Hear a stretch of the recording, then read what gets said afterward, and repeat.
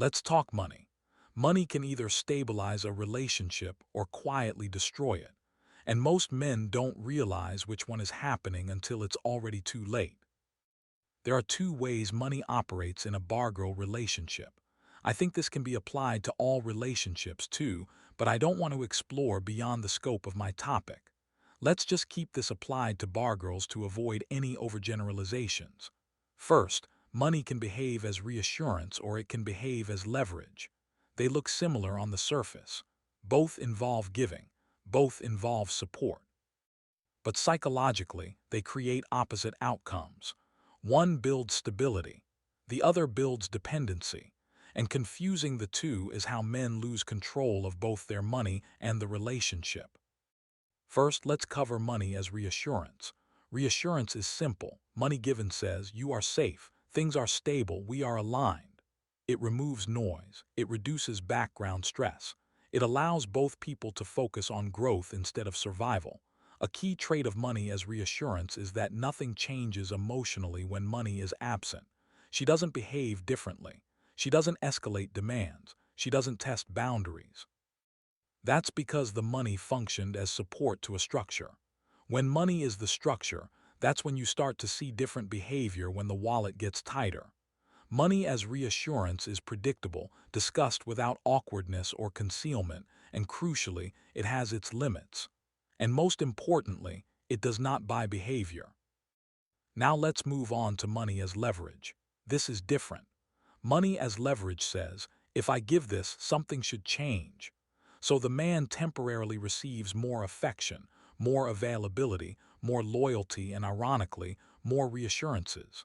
This is where men start negotiating emotionally with cash. This is often not an open dialogue.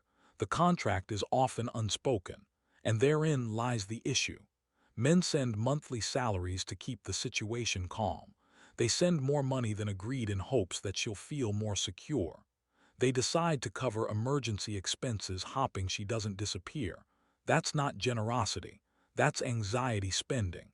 And anxiety can get incredibly expensive. The moment money changes emotional behavior, the structure flips. If money improves her mood, you've unconsciously taught her that discomfort gets rewarded. If money stops conflict, you've taught her that instability pays.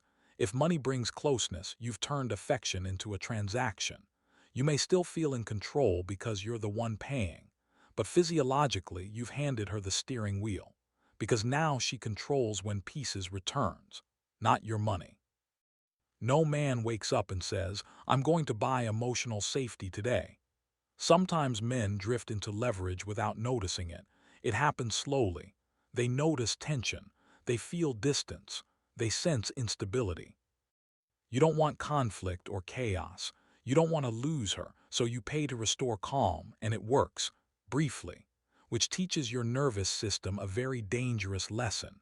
Money equals relief, but that's not love, that's conditioning, and you might already be able to guess what happens once those conditions are not fulfilled. Here's the uncomfortable truth. Money as reassurance only works when the relationship would survive without it.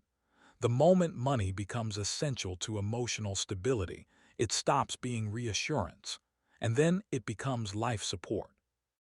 Relationships on life support don't have space to grow. They just persist until the fragile structure crumbles under the weight of its own expectations. Boundaries are what separate reassurance from leverage. The amount given is clear. The purpose behind the transaction is clear. The expectations surrounding the use of the funds and what the funds secure within the relationship are clear.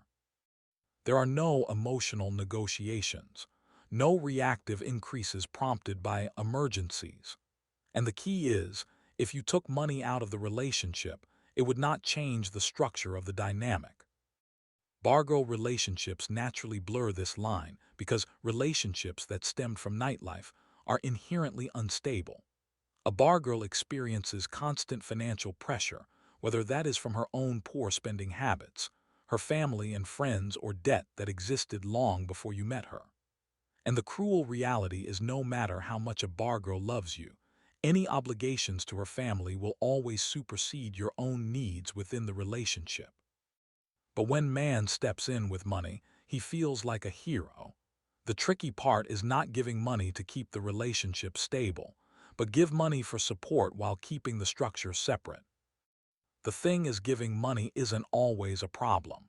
Giving too much and giving the wrong way can create issues you didn't intend. The main difficulty is making sure the money you give strengthens the relationship instead of replacing it. Here's the reality check I'm sure you saw coming.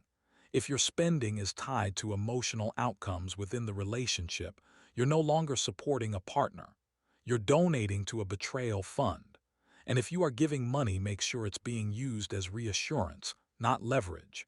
Because leverage always comes with a cost, and usually the price takes more than just what's in your wallet. If this clarified something you felt but couldn't name, comment below. If you want to stop the confusion and gain more knowledge on the psychology behind Thai nightlife, subscribe. Stay sharp.